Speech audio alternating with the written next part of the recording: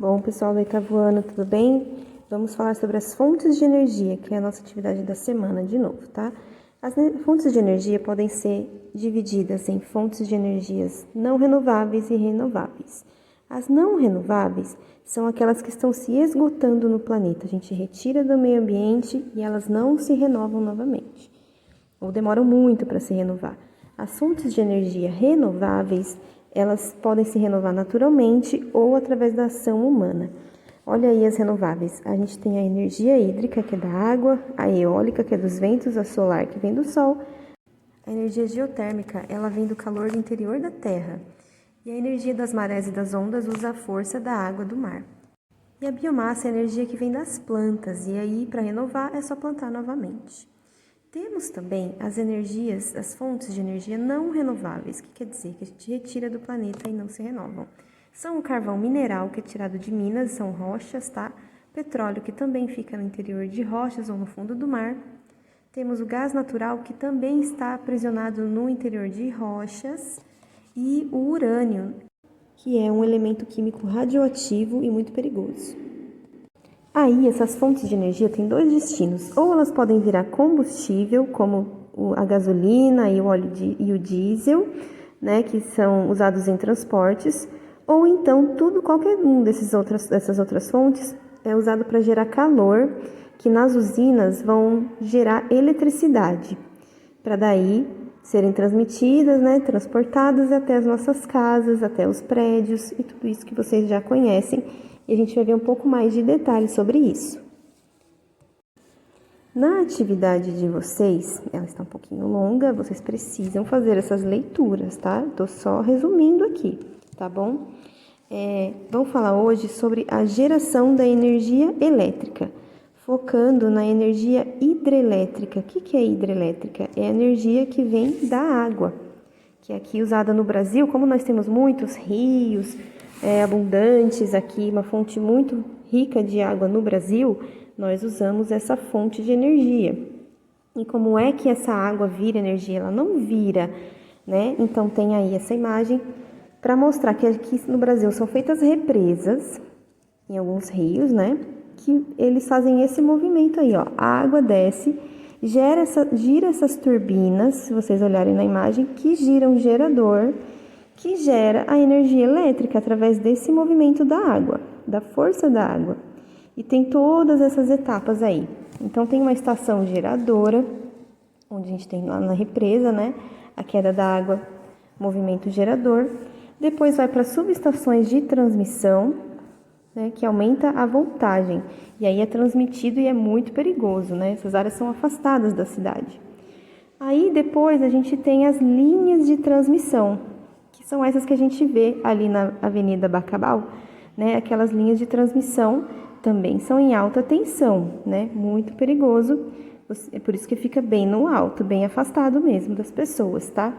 Depois vai para uma outra subestação que vai transformar essa energia numa tensão mais baixa, né? Numa subestação de distribuição. E para depois poder distribuir para os postes, numa tensão menor, para ter menos riscos, né?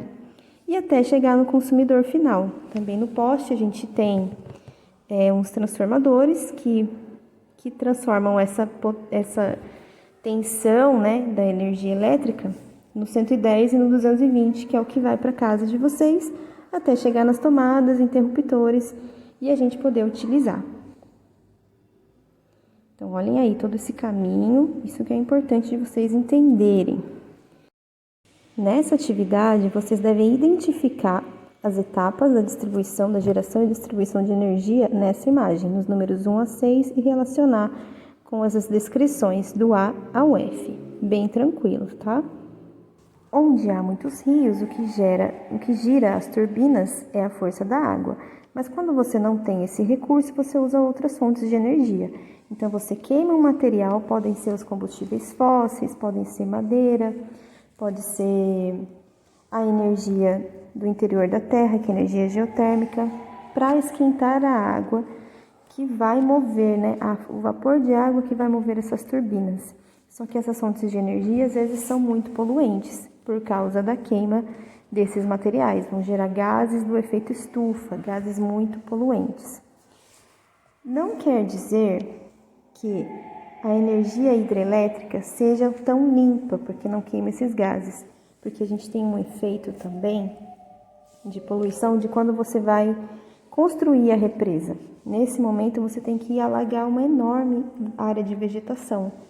Como você alaga, essa vegetação vai apodrecer, alguns animais vão morrer nessa água, né, e não vão ter para onde escapar. Então isso vai acabar gerando muitos gases também e poluindo essa água e atrapalhando as comunidades que recebem essa água posteriormente.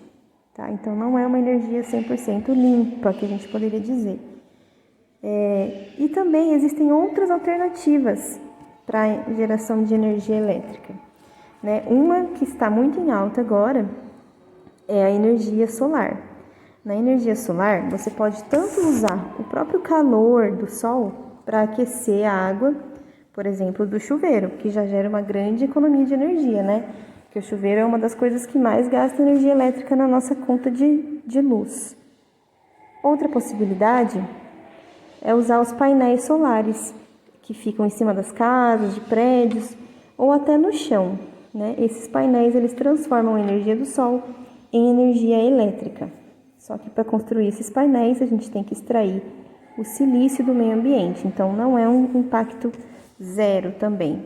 Mas já não gera gases do efeito estufa, porque não está sendo nada queimado. Uma outra fonte de energia também que está sendo bastante explorada é a energia eólica. Aqui no Brasil, a gente tem alguns locais onde ela já é mais utilizada, que são em estados que a gente tem mais vento, né, mais perto do litoral, o estado do Ceará e do Rio Grande do Norte. Mas precisa de uma área que não tenha população, né, porque existe um risco para os animais da região, né, para as pessoas, para aviões, essas coisas. Então, ficam em áreas mais isoladas onde tem muito vento. Mas é uma boa opção, porque ela também não polui o ambiente, tá? Só traz esse impacto para os animais. E aí depois vocês vão ter uma atividade, que é uma tabelinha, para vocês identificarem entre três fontes de energia, a da água, do sol e do vento, se elas são renováveis ou não renováveis. Até aqui eu acho que já está bem fácil para vocês. Quais são as vantagens e quais são as desvantagens de acordo com o texto, tá? Entram em vantagens e desvantagens também o custo de instalação dessa fonte de energia. E se ela produz gases do efeito estufa, né? Gases poluentes. Depois, gente, a gente tem um exemplo de aplicação da energia solar no Amazonas. E aí uma série de perguntas a respeito de que vantagens isso pode ter trazido para essa comunidade. Por quê? Porque vocês devem saber que tem alguns lugares que a energia elétrica não chega, porque é muito afastado, porque é onde tem rios, por exemplo, lá no meio da floresta amazônica. É muito complicado. Então, a energia que eles usam é energia de gerador a diesel, né? Então, eles têm que ter o combustível, como colocasse gasolina em um carro, né? Então, colocam óleo diesel nesse gerador para gerar energia elétrica, para poder ligar uma geladeira, ligar uma luz, né? E isso também gera uma grande poluição, porque precisa queimar esse óleo diesel. Então, a energia solar vem sendo uma alternativa para eles e gerando uma grande economia de dinheiro, né? Por causa do combustível, não tem poluição e assim eles podem ligar geladeiras, por exemplo, para eles guardarem, né, refrigerarem a produção de açaí, que é importante para eles, e também de peixes que eles vendem, precisam congelar. Então, isso gera uma grande qualidade de vida e uma facilidade também é que, apesar de ter rios próximos, eles precisam andar vários quilômetros para buscar essa água do rio. E aí, com essa energia solar, com energia elétrica, eles podem usar uma bomba de água. E aí eles não precisam ficar indo buscar no rio, né? Isso também é uma grande economia de tempo e de dinheiro, com certeza. Então, gente, só vantagens à energia solar, né, minha gente? Porque ela não gera poluição, então ela é cara para instalar, porém depois que você cobre os custos da instalação, é praticamente uma energia de graça, né? Porque vem do sol, tirando dias que você tem chuva e você não tem o sol, é uma grande economia. E você também pode armazenar em baterias essa energia. Então é importante a gente sempre pensar em alternativas, porque se a gente tem uma coisa que está poluindo o meio ambiente, a gente procura uma alternativa, alguma coisa que não polua, para que as próximas gerações tenham mais qualidade de vida. Se vocês tiverem alguma dúvida, vocês podem me mandar pelo WhatsApp da escola, ou então a gente pode resolver na sala de aula, ou podem comentar aqui também embaixo no vídeo, tá bom? Um abraço, tchau, tchau!